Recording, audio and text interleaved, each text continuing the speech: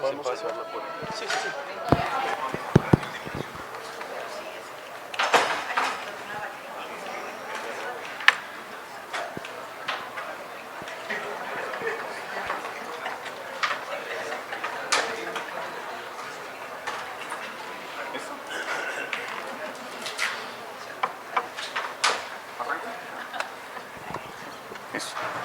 Muy buenos días a todos. Para mí es un honor recibir esta invitación. Me permito presentar, mi nombre es Camilo Andrés Díaz Quintero, yo soy especialista en cirugía general y laparoscopia avanzada y gastroenterología, subespecialista en gastroenterología y endoscopia digestiva de la ciudad de Bogotá, Colombia.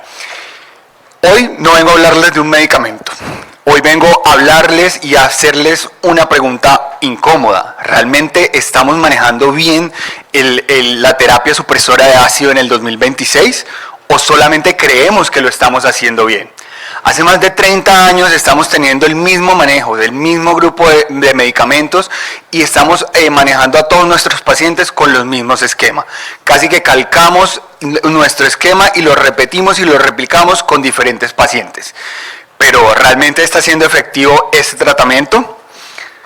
Entonces vamos a empezar con un paciente que tenemos muy común, un paciente de 45 años con pirosis y regurgitación de más de 6 meses de evolución, que viene con manejo con esomeprazol a doble dosis, con una muy buena adherencia y tiene una endoscopia que no representa o que no evidencia esofagitis. Sin embargo, este paciente regresa a la consulta y nos sigue diciendo: no mejoro, hago exactamente lo que usted me dice, me tomo el medicamento a la hora que usted me dice, tengo las recomendaciones nutricionales tal cual como ustedes me las mandaron y no tengo mejoría. Me despierto con mucha griera, me despierto con mucha sensación como del taco acá en la garganta y persisten entonces los síntomas nocturnos. ¿Cuántos de ustedes han tenido este paciente en la consulta? ¿Qué tan frecuente es esta paciente en la consulta? Eso no es un paciente raro, no es un paciente complejo, pero es el paciente promedio al cual nos estamos enfrentando todos los días. Entonces, cuando hablamos de la enfermedad acidopéptica, no solamente nos vamos a enfrentar al reflujo, vamos a tener que es un problema transversal en toda la gastroenterología. Básicamente, cuando hablamos de las enfermedades acidopépticas, vamos a estar asociados pues, al reflujo. También tenemos enfermedades asociadas al Helicobacter pylori, la úlcera péptica, al sangrado digestivo y los pacientes, también nos estamos enfrentando al manejo del ácido en los pacientes que están antiagregados o que están con consumo crónico de AINES. Entonces, parecen todas, o todas son enfermedades diferentes, pero vamos a tener un centro en común. Todo va a estar enfocado en cómo estamos haciendo ese manejo del ácido gástrico. Y este manejo va a depender del nivel y la duración, del control del ácido. Este nivel y este control va a determinar los resultados clínicos. Y no va a ser el mismo control para todas las enfermedades. Por ejemplo, cuando queremos cicatrizar la mucosa, debemos mantener un pH por encima de 4. Cuando queremos erradicar el Helicobacter pylori, definitivamente ya está muy demostrado que debemos mantener un pH por encima de 6. Si mantenemos un pH por debajo de eso, no vamos a lograr nunca una erradicación de esta enfermedad tan prevalente y que ya está tan demostrado que causa o que es un factor carcinogénico de primer grado. Y no solo es lograr mantener este pH por encima de 4 o por encima de 6, sino que hay que mantenerlo, sostenerlo en el tiempo. Este sostenimiento nos va a ayudar a la prevención de las recaídas y de las complicaciones. Entonces, y este es el primer mensaje clave que les quiero arrojar en esta charla, no basta con suprimir el ácido, tenemos que lograr el nivel correcto y mantenerlo en el tiempo. Como les mencioné, pues son muchas las enfermedades en las cuales como gastroenterólogos nos vamos a enfrentar, pero hay dos en las cuales los IBPs son la piedra angular en el manejo. La enfermedad por reflujo gastroesofágico, la LERG, y la erradicación por Helicobacter pylori, que también son de las más prevalentes tanto en nuestros países latinoamericanos. ¿Por qué es tan importante entonces alcanzar, específicamente hablando ya de la erradicación del Helicobacter pylori, un pH por encima de 6? Se ha visto que mantener este pH por encima de 6, incluso lograr llevarlo hasta 8, hace que el Helicobacter pylori tome su forma más replicativa, empiece a proliferar. Y sabemos que cuando el Helicobacter empieza a proliferar, va a estar más expuesto a la mucosa, va a salir de sus formas cocoides y va a poder lograr ser erradicado. Si el pH se mantiene bajo, él va a mantenerse escondido, va a mantenerse en su forma cocoide y en esta forma no la podemos erradicar. Por lo tanto, vamos a tener la persistencia de la infección y la persistencia de los síntomas. Eso por una parte. Y por otro lado, específicamente hablamos de la actividad de los antibióticos. Mantener un pH por encima de 6 nos va a ayudar a que la amoxicilina, la claritromicina, la levofloxacina tengan una mayor eficiencia. Por lo tanto, vamos a tener una mayor eficiencia también en la erradicación completa del microorganismo. Entonces, en conclusión, mantener este pH potencia la erradicación y mejora la eficacia de los antibióticos como tal. Esto ya está muy demostrado. Tenemos estudios clínicos en los cuales se evidenció que aquellos pacientes que lograban la erradicación del Helicobacter pylori eran aquellos que lograban mantener y que lograban llegar por encima de 6 y sostener ese pH en el tiempo. Aquellos pacientes que no lograron esa erradicación fueron los que estuvieron consistentemente por debajo de 6. Entonces quiere decir que este pH por encima de 6 sostenido es el que logra la eficacia clínica de la erradicación del Helicobacter pylori. No lograr erradicar el Helicobacter pylori tiene impacto no solo en los síntomas del paciente, sino también directamente en los costos de nuestro sistema de salud.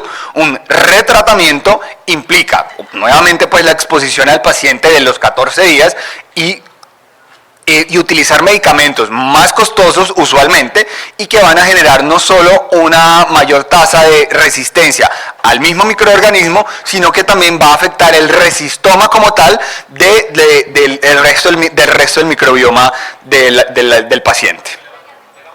Entonces, la pregunta que nos generamos, ¿realmente los IVPs están logrando ese nivel de control de forma consistente? Yo les adelanto una vez, no lo estamos logrando. Por eso es que estamos teniendo tantas fallas terapéuticas, tantas recaídas y tantas tasas de no erradicación del Helicobacter pylori. Pero entonces, ¿por qué lo seguimos utilizando? Los IVPs sigue siendo uno de los medicamentos más prescritos en la gastroenterología. Tiene una eficacia demostrada en muchas enfermedades, en la cicatrización de la esofagitis, en la cicatrización de las úlceras gástricas. Ha sido el manejo clásico durante tanto tiempo para el sangrado digestivo y para la prevención de las úlceras duodenales y para la prevención de la recurrencia también. La OMS estima que o lo considera como uno de los medicamentos esenciales hoy en día y es uno de los 3 medicamentos más vendidos o de los 3 grupos de medicamentos más vendidos en el mundo. Y también, digamos que lo que cambió también pues como el hito más grande fue que disminuye significativamente la mortalidad por las úlceras pépticas y esto se ve desde 1980 del 88 cuando sale el omeprazol, que es una mezcla racémica realmente de 2 isómeros R y S, hasta el 2003 donde se vence la patente del omeprazol y ya luego sale el esomeprazol como isómero puro, que nos mejora realmente la vida media, la eficacia, pero va a seguir teniendo algunos inconvenientes que los vamos a desarrollar más adelante. Pero en general va a tener mayor biodisponibilidad y mayor potencia supresora, lo que impacta directamente en la reducción de la mortalidad y en la reducción de las complicaciones de las enfermedades asociadas a la secreción ácida elevada. Entonces, no todos los inhibidores de bomba de protones son iguales. Si bien hemos visto que el mayor cambio fue cuando tuvimos el cambio de omeprazol a esomeprazol, pero vamos a tener que existen otros. Tenemos el pantoprazol, lansoprazol, y aquí vemos cómo está la tabla en cuanto a la potencia relativa comparada con el omeprazol. El omeprazol pues va a ser la potencia 1, pero cuando lo comparamos con el esomeprazol va a ser 1.6 veces más potente y el rabeprazol 1.82 veces. Muchísimos estudios en el resto del mundo, diferente a Latinoamérica, están a favor del rabeprazol. No contamos nosotros con rabeprazol ni en Colombia, ni en Perú, ni en la mayoría de los países latinoamericanos. Por lo tanto, descartamos inmediatamente esto por disponibilidad. Seguimos con el esomeprazol. Pero también salen otros, que han surgido como alternativas, por ejemplo el pantoprazol, que se ha vendido, se ha difundido mucho por su, digamos que, alternativa cuando tenemos pacientes polimedicados. Pero miremos la potencia del pantoprazol, es 0.23 veces, es decir, hay que dar un montón de dosis de pantoprazol para poder llegar siquiera al efecto del omeprazol, que ya sabemos que no es el mejor efecto. Deberíamos llegar al menos al efecto del esomeprazol para poder tener unos buenos resultados clínicos. Entonces, ¿por qué seguimos dando unos medicamentos que definitivamente, pues, tradicionalmente nos han dicho que funcionan para pacientes polimedicados, pero que claramente cuando hablamos de potencia vemos que no alcanzan ni siquiera la mitad de la potencia del omeprazol, que es el medicamento clásico?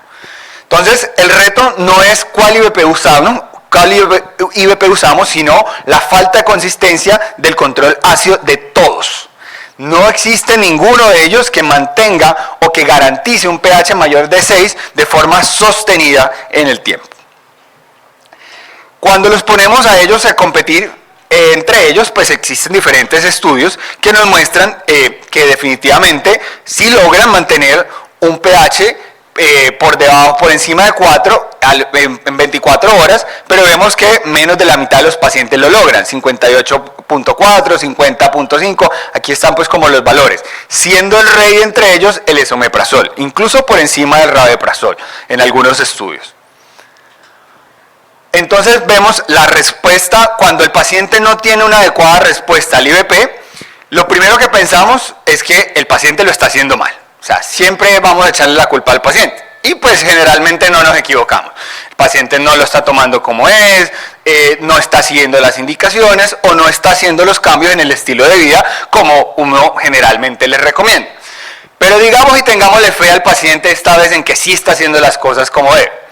Entonces aún así, la respuesta no es uniforme y todo va a estar dado o vamos a echarle la culpa directamente a la genética.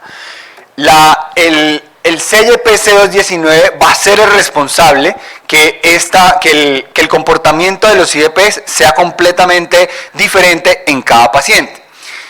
Este CYP nos va a establecer el metabolismo hepático y por lo tanto nos va a establecer qué tanto medicamento es eficiente o es el que llega como tal a tener una biodisponibilidad adecuada en el cuerpo o no. Entonces el CYP, en resumen, el CYP-219 determina la respuesta clínica de los IVP. Habiendo dicho esto, entonces logramos tener o dividimos a los pacientes en tres grupos: pacientes que son metabolizadores normales o extensivos, pacientes que son metabolizadores pobres o lentos y pacientes que van a ser metabolizadores ultra rápidos. ¿Qué significa eso? Pacientes que son metabolizadores ultra rápidos, inmediatamente el paciente consume el medicamento, casi que en minutos o en horas, en pocas horas, el paciente ya no tiene ni siquiera medicamento circulando, porque ya todo fue metabolizado. Por lo tanto, no alcanza una eficacia clínica, no alcanza ni siquiera a tener parte de su efecto. Los metabolizadores pobres o lentos, que son principalmente las poblaciones asiáticas, quiere decir que con poca dosis, esos pacientes logran tener un gran efecto del medicamento. Y los metabolizadores normales o extensivos son aquellos que logran tener algo de efecto, pero igual tienen un metabolismo un poco acelerado, no como los rápidos, pero que sí siguen teniendo parte de la degradación rápida de esos medicamentos. ¿Por qué es importante conocer esto? Entonces, eso no solo es la teoría. En nuestras poblaciones ya tenemos estudios. En Colombia específicamente tenemos un estudio del 2015, que pues recogió población entre el 2012 al 2015, y se evidenció que el 83.6% de la población colombiana somos metabolizadores ultra rápidos o rápidos. Quiere decir que casi, más de la mitad de la población colombiana no nos sirve el omeprazol, no nos sirve el pantoprazol, no sirve el lansoprazol. Solamente servirían los de segunda generación, el esomeprazol y el rabeprazol. Y esto no solamente se ve en Colombia, tenemos poblaciones hermanas también, como la población chilena, en la cual se vio exactamente, pues muy similar el resultado. Casi que el 80% de la población chilena también son considerados como metabolizadores rápidos o ultra rápidos. Quiere decir que nos estamos enfrentando no solo no a unos pacientes diferentes, sino a una población completa que metaboliza de forma diferente esos medicamentos. Entonces, es un reto grandísimo al que nos estamos enfrentando porque tenemos los mismos medicamentos hace 30 años. ¿Qué pasa en Perú? Entonces, para dar esta charla me puse a investigar qué había pasado, si teníamos estudios, si había algo de genotipificación con respecto al CYP219, y encontré que realmente no hay estudios específicos peruanos para este tipo de farmacogenitificación, sino que se derivan de dos estudios que van de otro tipo de medicamentos, pero que están orientados también al CYP219. ¿Qué se encontraron? Primero hay que partir que son muy pocos pacientes. Los incluidos en estos estudios peruanos son aproximadamente en uno de los estudios 80 y en el otro más o menos 76 pacientes. Quiere decir que tampoco es que refleje directamente la realidad de la población peruana y que estos pacientes fueron básicamente nativos americanos peruanos con raíces indígenas muy marcadas, fueron los que se incluyeron en estas poblaciones. ¿Qué se encontró? Que no son metabolizadores rápidos ni ultra rápidos, sino que la gran mayoría son metabolizadores normales extendidos. ¿Quiere decir que no tengamos el problema en Perú? No quiere decir eso, quiere decir que el problema es diferente. Aunque no tenemos la misma tasa de metabolizadores ultra rápidos como en la población colombiana o en la chilena, vamos a tener que mantienen el metabolismo funcional del IBP, pero van a tener una menor duración del efecto. Básicamente tenemos problemas similares, menor eficacia y menor duración del efecto de los IBPs, que al final se manifiesta en un control ácido subóptimo, que como hemos hablado, este control ácido subóptimo es el que va a estar implicado en la perpetuación de los síntomas y en las complicaciones asociadas a estas enfermedades. Entonces, la genética nos explica parte del problema, pero la historia no termina ahí. Los medicamentos como tal o el grupo farmacológico como tal tiene unas limitaciones inherentes a ellos. Y tenemos entonces que, lo primero que tenemos que decir, que los IEPs no son medicamentos activos como tal, son prodrogas. Quiere decir que necesitan, y esta va a ser una de las frases que quiero que se lleven también para la casa, es un medicamento que los vamos a usar para controlar el ácido, pero necesita el ácido para activarse. Entonces, es el mismo problema y la misma solución. Cuando tenemos el IBP, llega como profármaco, se va a absorber a nivel del intestino delgado y va a necesitar este ambiente ultraácido para activarse en el canalículo secretor de las células parietales para que se transforme en para que se protone, se active dependiente 100% del pH bajo y se active como sulfenamida. Esta sulfenamida como tal es la que se va a unir a la subunidad alfa y va a ser el bloqueo como tal de forma irreversible de la bomba sodio-potasio, ATPasa. ¿Qué pasa con esto? Al ser una unión irreversible, vamos a hacer, o les voy a dar un ejemplo muy gráfico. Vamos a tener que el IBP es como un cocodrilo que va a atrapar a su presa. En este caso la presa va a ser la bomba, ¿cierto? Al ser de forma irreversible, el cocodrilo atrapa la bomba y la tiene y no la suelta. Y solamente la va a soltar cuando se la comió del todo, es decir, cuando se degradó 100% esa bomba, que eso puede durar más o menos entre 24 y 48 horas. Sin embargo, mientras está pasando esto, están saliendo más presas, se están sintetizando más bombas. Y como ya este agarró su presa, no tiene forma de agarrar otra presa. Quiere decir, uno pensaría, al tener una unión irreversible sería la solución definitiva, pero no, eso pasaría si nosotros no siguiéramos sintetizando todo el tiempo más bombas y más bombas, y esto pasa todo el tiempo. En 24 o 48 horas estamos renovando casi completamente todas las bombas, por lo tanto es ineficiente el manejo que está, es ineficiente el bloqueo que está haciendo, porque mientras está bloqueando una, están saliendo muchas otras. Y esto se va a ver representado principalmente a nivel nocturno. Por eso una de las grandes falencias es la insostenibilidad del bloqueo ácido nocturno, porque vamos a tener que ya en las horas de la noche, pues ya no vamos a tener la presencia de los IDPs que están bloqueando las nuevas bombas que están naciendo. Y es esto precisamente lo que les acabo de mencionar. Entonces, durante el día vamos a tener que cuando tenemos y antes de pasar a eso, no solo activa las bombas, no solamente va a bloquear las bombas de forma irreversible, sino que solo bloquea las bombas que estén activas. Y las bombas que estén activas, esto corresponde a más o menos a un 5% las que están en el paciente en ayuno y llega hasta un 70% en el paciente postprandial. Quiere decir que esto de entrada ya nos deja una indicación muy clara. Usted tiene que administrar el medicamento antes de comer para que cuando usted coma el medicamento esté ya biodisponible y pueda hacer su efecto. Si usted administra el medicamento con la comida, pues no está haciendo nada porque el medicamento no logró absorberse y no logró capturar las bombas que estaban activas.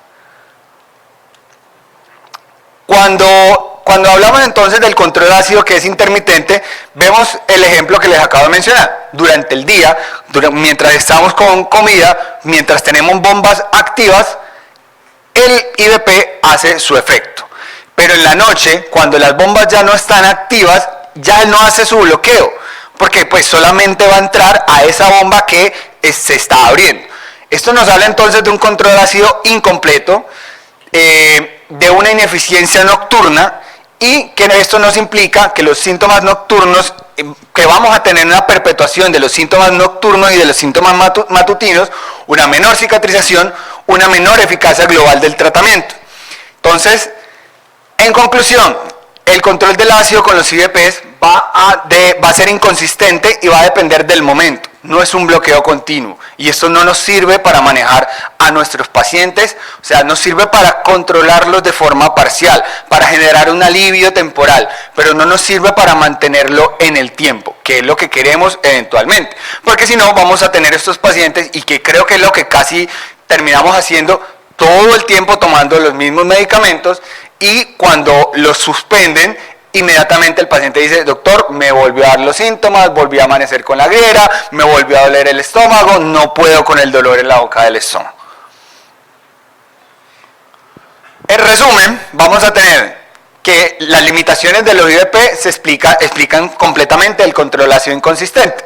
Lo que acabamos de hablar, son profármacos, necesitan del ácido para inactivar el ácido, solo van a bloquear las bombas activas, el control es intermitente, solo va a depender del tiempo, va a depender de la hora del día, vamos a tener una alta variabilidad inter e intrapaciente por todo lo que acabamos de mencionar del metabolismo del citocromo CYP219, y esto da un control ácido incompleto con todas las consecuencias clínicas que esto implica.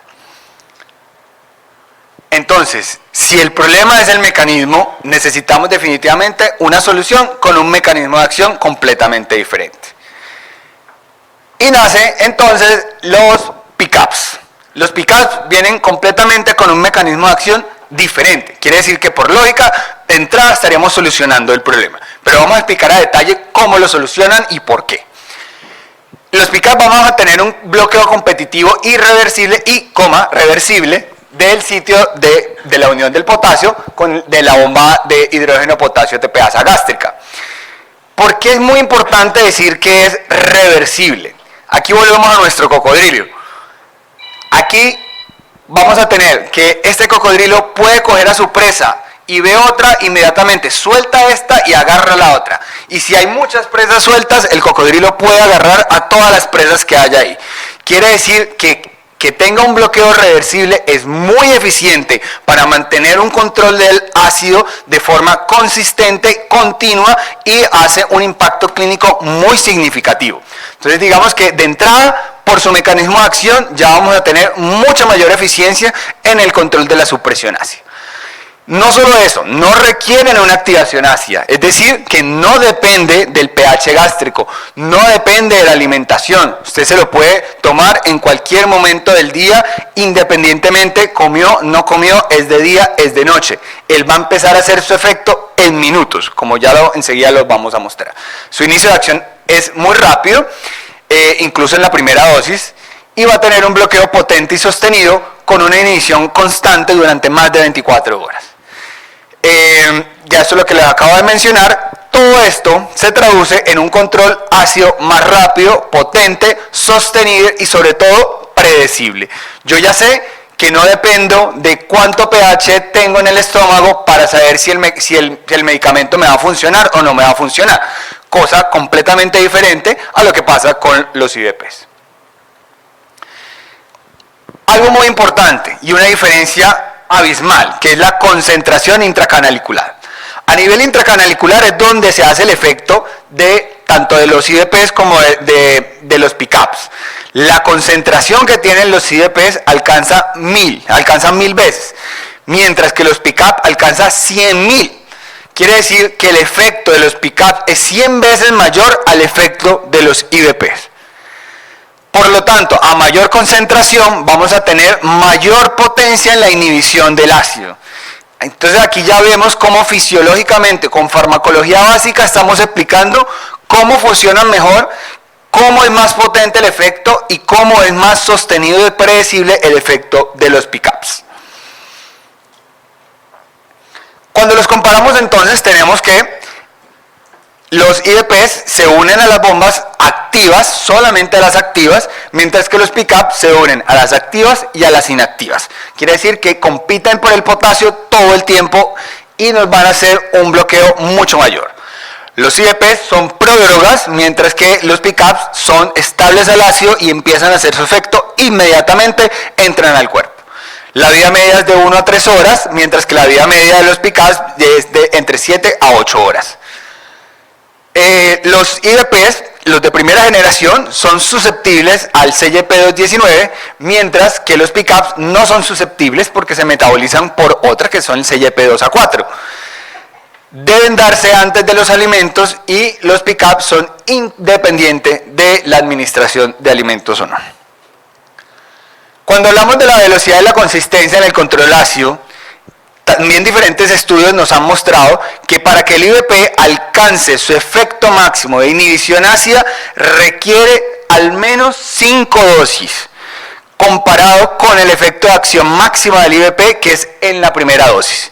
Si alguien no lo ha probado o pues no, si no lo necesitan, pues no, pero con sus pacientes o personalmente, pues que creo que todos los médicos eventualmente hemos tenido algún grado de gastritis, reflujo o algo. Yo les recomiendo o los invito a que sientan el alivio inmediato, que esto es una de las grandes diferencias, que nos ayuda, este inicio tan rápido es el que nos cambia el paradigma también del uso a demanda. Quiere decir que si a mí me duele ya, si a mí me está generando el malestar ya, me lo tomo ya y voy a sentir el alivio ya.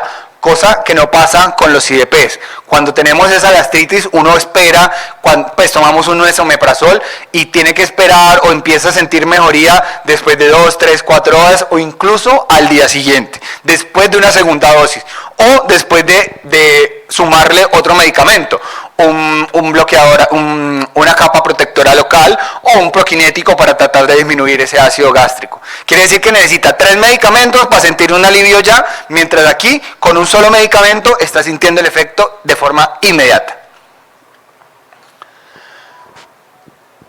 Tenemos entonces que hay 3 moléculas en el mercado que lideran este cambio de paradigma del cual les estoy hablando. Tenemos el tegoprazán, el vonoprazán y el fexuprazán.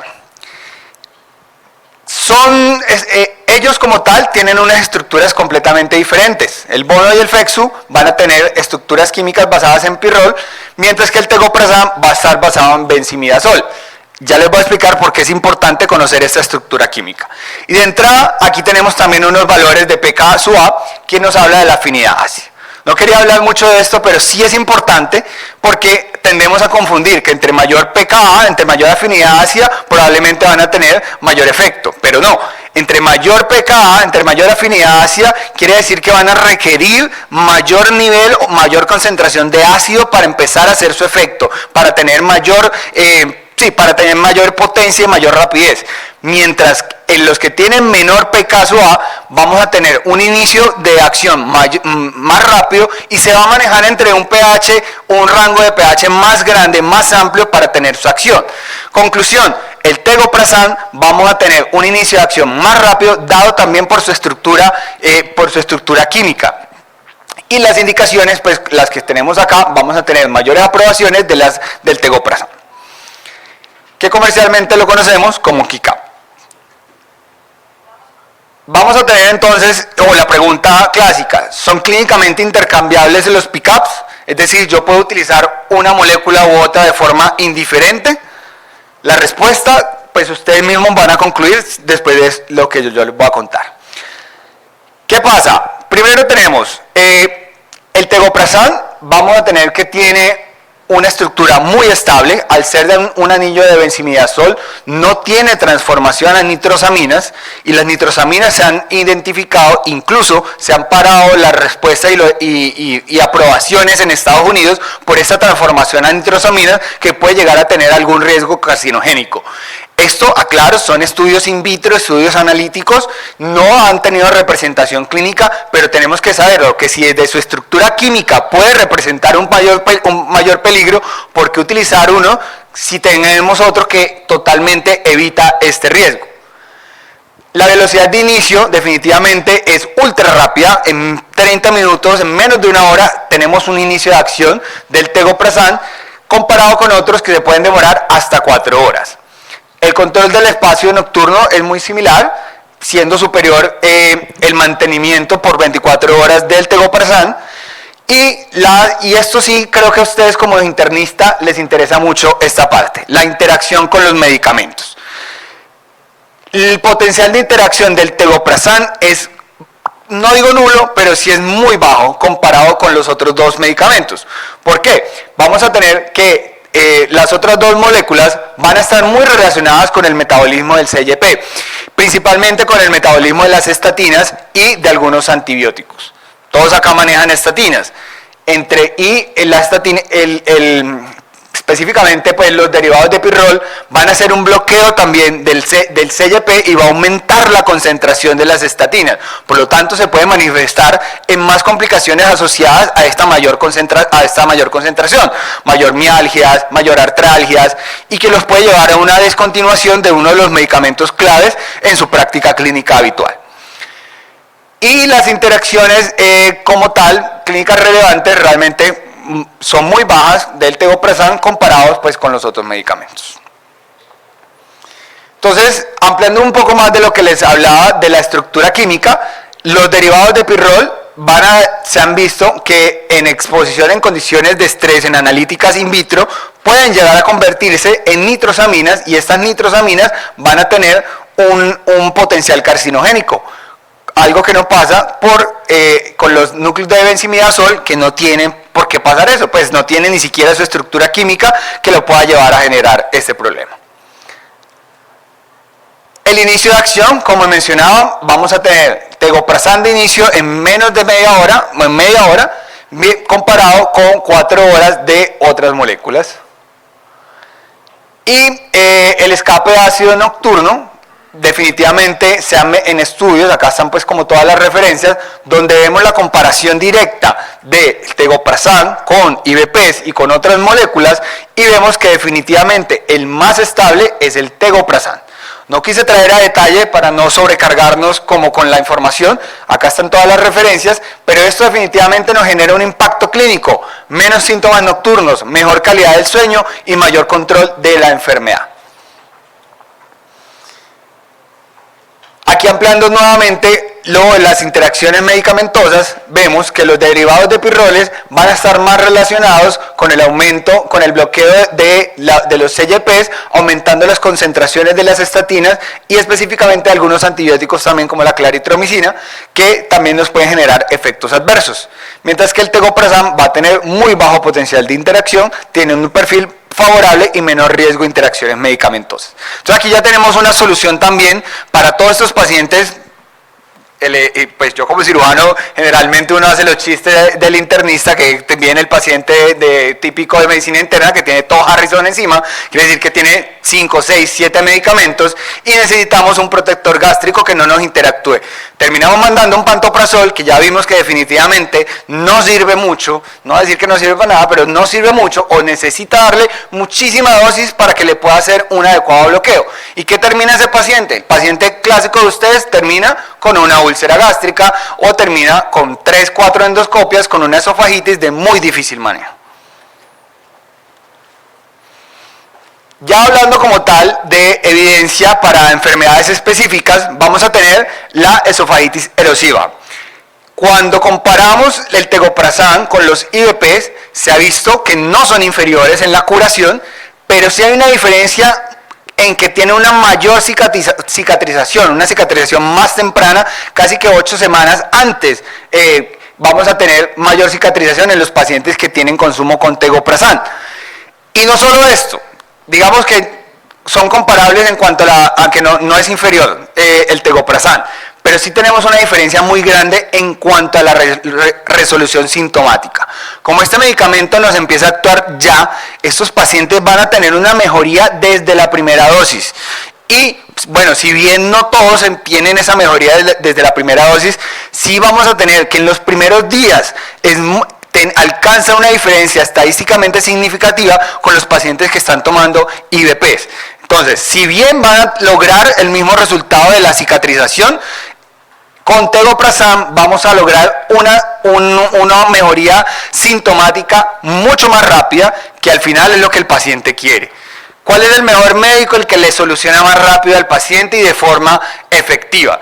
Puede que ambos mandemos diferentes medicamentos, pero ¿a cuál va a felicitar el paciente? El que, ay doctor, usted ya me quitó este dolor que tenía tantos días de tenerlo. Probablemente si le hacemos la endoscopia a las 8 semanas, ambos van a estar cicatrizados. Pero ¿qué paciente se sintió más contento? El que sintió la mejoría significativa y rápida con el inicio del tratamiento.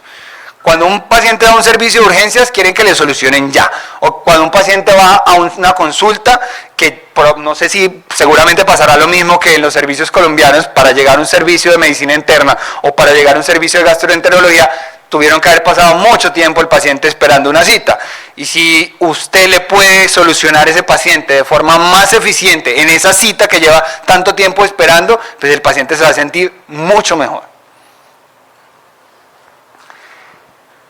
Tenemos otra entidad que es la esofagitis no erosiva. Digamos que esta para nosotros los gastroenterólogos ha sido siempre un problema manejar, porque pues las endoscopias están normales, pero el paciente sigue quejándose. Entonces muchas veces ahí es donde nos vamos como por el otro lado, este paciente probablemente tiene manifestaciones supratentoriales, este paciente probablemente no tenga nada orgánico, pero no, se ha visto que definitivamente estos pacientes sí persisten los síntomas y van a tener un deterioro de su calidad de vida en un porcentaje tan significativo como el 40% de los pacientes. Quiere decir que los pacientes que están siendo manejados con IVPs en esofagitis no erosiva, el 60% logra una mejoría, pero tenemos un 40% de pacientes que persisten con los síntomas. Y vemos que cuando aquí en este problema surge el tegoprazán como una alternativa, logrando tener una mejoría muy significativa de los síntomas, específicamente de la pirosis y de la regurgitación en esos pacientes que no les funcionó el IVP. Y ya que nos dicen las guías clínicas, traigo las colombianas, que son las que conozco. Las guías colombianas actualizadas del año pasado, tanto la de reflujo como de Helicobacter, nos hablan o ya nos empiezan a plantear que los PCAPs específicamente, y hablo de Colombia, que el único que tenemos en el mercado es el tegoprazán, el KICAP, debe ser considerado como una alternativa rápida. Es decir, no debemos esperar estar escalando, cambiando medicamentos para ver si funciona o no funciona, sino que ya conocemos que tienen estos efectos, deberíamos virar o cambiar de forma temprana a los pick-ups para tener un mejor control de los síntomas y una mejoría significativa de los pacientes. Y específicamente con el Helicobacter pylori, también somos un país que tiene una alta tasa de resistencia a las claritromicinas, a la levofloxacina, y que tenemos también pues, una prevalencia por encima del 80% de Helicobacter pylori en el país. Por lo tanto, esto es un tema vital y creo que Latinoamérica completa mantenemos este perfil de alta prevalencia del Helicobacter. Por lo tanto, se recomienda ya en las guías que debemos considerar al pick-up como una alternativa, o incluso Colombia todavía no lo considera como primera línea, pero México sí ya lo tiene en sus guías como primera línea de manejo para erradicación también del Helicobacter pylori. Entonces ya tenemos varias asociaciones que nos están recomendando y que nos están sugiriendo que deberíamos cambiar de forma rápida, evitar que los pacientes pasen por toda esta escala de subir la dosis, de cambiar medicamento o de terminar dando medicamentos tan caros, tan costosos, que eventualmente tampoco les van a funcionar. Y para ir terminando, queríamos aterrizar si todo esto que hemos discutido se traduce en resultados en la práctica clínica como tal. Y para eso tenemos este estudio del grupo al que pertenezco, y es la evidencia de la vida real en Colombia. Este es un estudio que evalúa la tasa de erradicación y la efectividad y la seguridad del protocolo de TEGO3 para la erradicación del Helicobacter pylori en Colombia. Es la primera cohorte prospectiva multicéntrica en Latinoamérica, en la cual queremos ver si la erradicación en condiciones de vida real, utilizando el tegoprazan como primera línea, es efectiva, es segura y hay una adecuada adherencia del tratamiento. ¿Cuál es el esquema que nosotros utilizamos? Tegoprazan 50 miligramos cada 12 horas, amoxicilina 1 gramo cada 8 horas y subsalicilato de bismuto 262 miligramos cada 8 horas. Todo por 14 días. Al final logramos recoger, el desenlace primario era erradicación bacteriológica confirmada a las 4 u 8 semanas post tratamiento, reportado por prueba de antígeno fecal, por test de aliento o por endoscopia. Y el objetivo era evaluar la efectividad, la seguridad y la adherencia al esquema mencionado.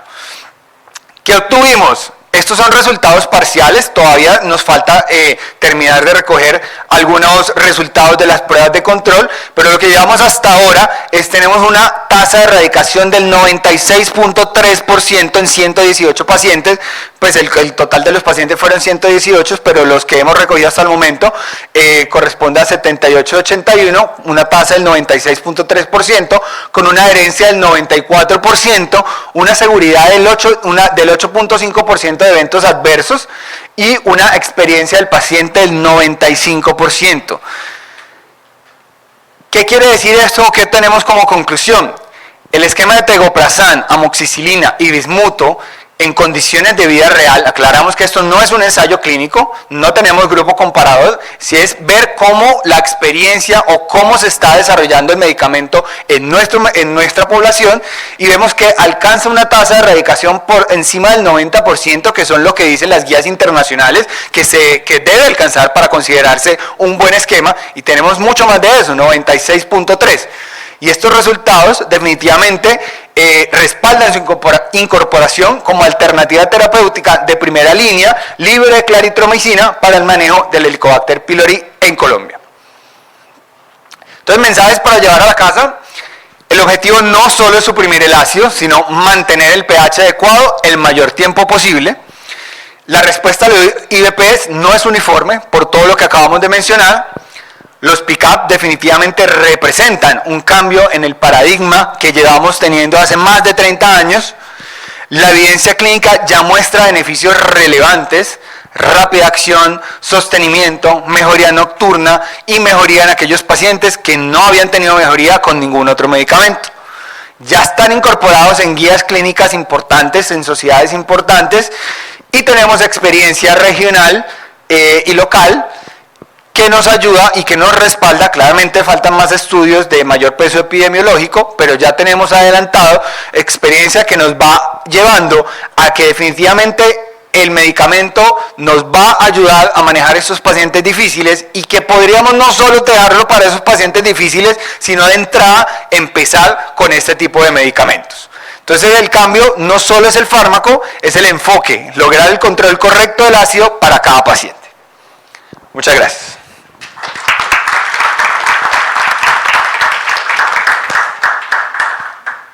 ¿Preguntas, dudas?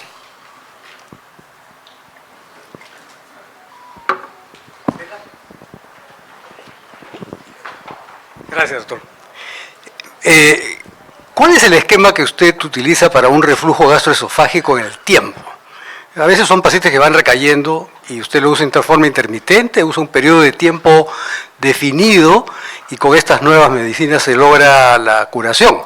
Se lo digo porque la segunda pregunta viene a ser: ¿qué efectos secundarios tengo yo sobre la mucosa gástrica cuando tengo pacientes que usan inhibidores de bomba de protones por años? Esa es una situación. Y una tercera rápida: ¿este producto está aceptado por las aseguradoras en su país? Porque el costo es bastante más alto que un esomeprazol. Depende del esomeprazol también, ¿no? Porque hay bastantes de marca costoso. Entonces, con la primera pregunta.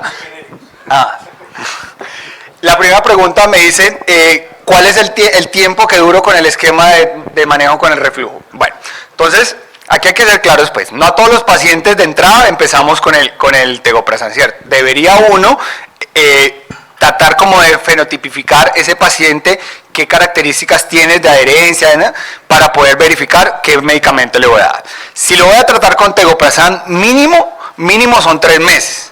Mínimo, lo que nosotros utilizamos en nuestra práctica clínica. Pero uno ve que el alivio que tienen es, como les mencioné durante toda la charla, durante los primeros días ellos ya tienen un alivio. ¿Qué ha pasado y qué hemos visto nosotros? Desafortunadamente también, como por el precio, ellos ya sienten el alivio y suspenden el medicamento. Eso quizás no, si ya lo paramos y el paciente no tiene sus cambios en el hábito de vida también, ya se siente bien y continúa con su vida, digamos, desordenada, vamos a tener una recaída sintomática. ¿Qué otras? Si no tenemos el esquema con tegoprazan, definitivamente lo que nosotros utilizamos en nuestro grupo era lo que les mencionaba: utilizar 3 medicamentos para lograr un adecuado control sintomático, que va a ser el IVP, un prokinético y un protector gástrico local.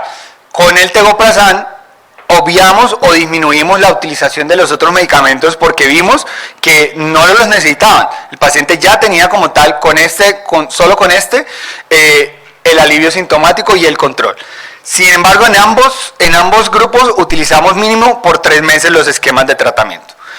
La segunda pregunta: cambios en la mucosa gástrica con los pacientes que llevan con consumo crónico de IVP, ¿cierto? Cuando nosotros hacemos las endoscopias, de entrada ya vemos qué paciente, sin que nos diga, viene tomando IVP. Tiene una poliposis fúngica, tiene cambios, tiene una mucosa gástrica parchada. Son pacientes que también llegan a tener un grado de hiperplasia folicular fúngica, y esos pacientes, eso no implica mayor riesgo de nada, pero sí son pacientes que si de pronto alguien no tiene muy claro, ve una poliposis y se va a empezar a preocupar, o sale en un reporte poliposis fúngica y el paciente ya de entrada va a Google y dice tengo cáncer, ¿cierto? Entonces, también es lo clásico que nos llegan los pacientes. Entonces también hay que explicarle muy bien a esos pacientes. Con tegoprazan hasta ahora no se han visto estos cambios que genere este tipo de cambios en la mucosa gástrica. Hasta ahora lo que llevamos de evidencia. Pues la diferencia es que llevan en el mercado pues los otros medicamentos mucho más tiempo, que ha permitido mayor tiempo de estudio y que genere mayor tiempo de este cambio. Y la tercera pregunta era lo de la aseguradora. Cuando entró al mercado definitivamente no estaba, pero el trabajo que ha hecho la industria ha sido tan fuerte que se ha logrado entrar en estos momentos al PBS, que es como llamamos nosotros el Plan Básico de Salud, y no requiere mayor autorización, sino una justificación clínica. Quiere decir que solamente explicando en la historia clínica de forma adecuada por qué estamos haciendo el cambio o la indicación del medicamento, lo logran autorizar. Y estamos hablando de grupos de pacientes vulnerables, grupos de pacientes cotizantes y pues nosotros manejamos también un sistema que es cotizantes subsidiados y población vulnerable, que es la que el contribuyente digamos que sostiene, ¿cierto? Que son tres tipos de forma de ver la salud en Colombia. En los tres tipos en estos momentos los están autorizando. En algunos más fácil, en algunos más difícil, pero se logra autorizar. Señora.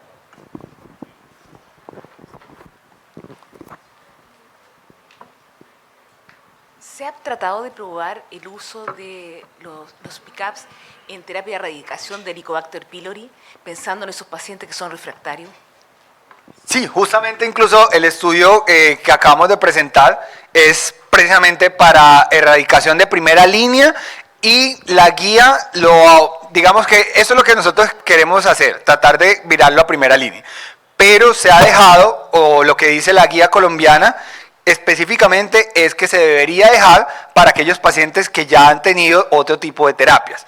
¿Por qué? Porque, digamos, pensando en lo mismo, en los costos, pensando en no exponer tanto al paciente, pero la idea es no dejarlo llegar hasta allá, o sea, no dejar estos medicamentos que tienen tantas aplicaciones tan buenas para el paciente y dejarlo solamente al paciente que ya falló todo. Quiere decir que ese paciente le costó al sistema 1, 2 o 3 tratamientos, cuando pudimos haber empezado con un tratamiento que sabemos que puede que de entrada comparado con el tratamiento clásico sea un poco más costoso, pero si este falla, llevaste a un segundo tratamiento y ya terminas en un tercer tratamiento. Si hacemos la sumatoria de estos 3 tratamientos, fue mucho más costoso empezar paso a paso a que de entrada empezaras con el esquema con tegoprazán. Esa es una pregunta realmente muy común, porque digamos que la creencia es que el medicamento es tan bueno que se debería dejar solo para el que ha fallado todo. Pero la idea es que no, es que es tan bueno que deberíamos empezar a utilizarlo en aquellos pacientes que queremos evitar que pasen todo este recorrido. La dosis de estos pickups sería en relación con reflujo y gastritis por el Helicobacter pylori refractaria. El tratamiento es 14 días en combinación. ¿Más cuánto tiempo más se debe dar esos productos adicionales? El antibiótico solamente por 14 días. El tegoprazán normalmente lo estamos dejando, personalmente yo lo dejo completo al menos el mes y yo lo dejo un mes más. Solamente, pues eso sí es mi práctica. ¿Qué se ha visto como grupo como tal? Muchas veces completan el mes y lo paran ahí. Como también hay otros que solamente con los 14 días tienen. Específicamente en el estudio que les mostré, con los 14 días tuvieron. O sea, se compraron las 2 cajas, tomaron el medicamento y pararon porque solamente se estaba viendo erradicación, no estábamos viendo control de otros tipos de síntomas. Pero para el manejo del reflujo como tal, ya sí se deja los 3 meses completos y se evalúa la respuesta.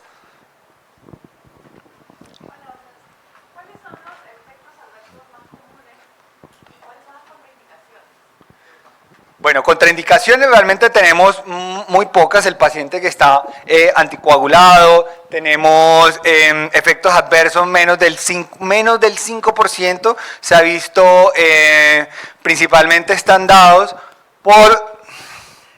Se me fueron. No, falla renal, no está prueba. ¿De eventos adversos? ¿Dónde no estamos indicados? Bueno, pacientes con falla renal, pacientes embarazadas, obviamente no tenemos estudios, No tenemos estudios, ni menores de edad, básicamente. Sí. ¿Cómo? Menor de 30, por eso sí. ¿Listo? Bueno, muchas gracias a todos.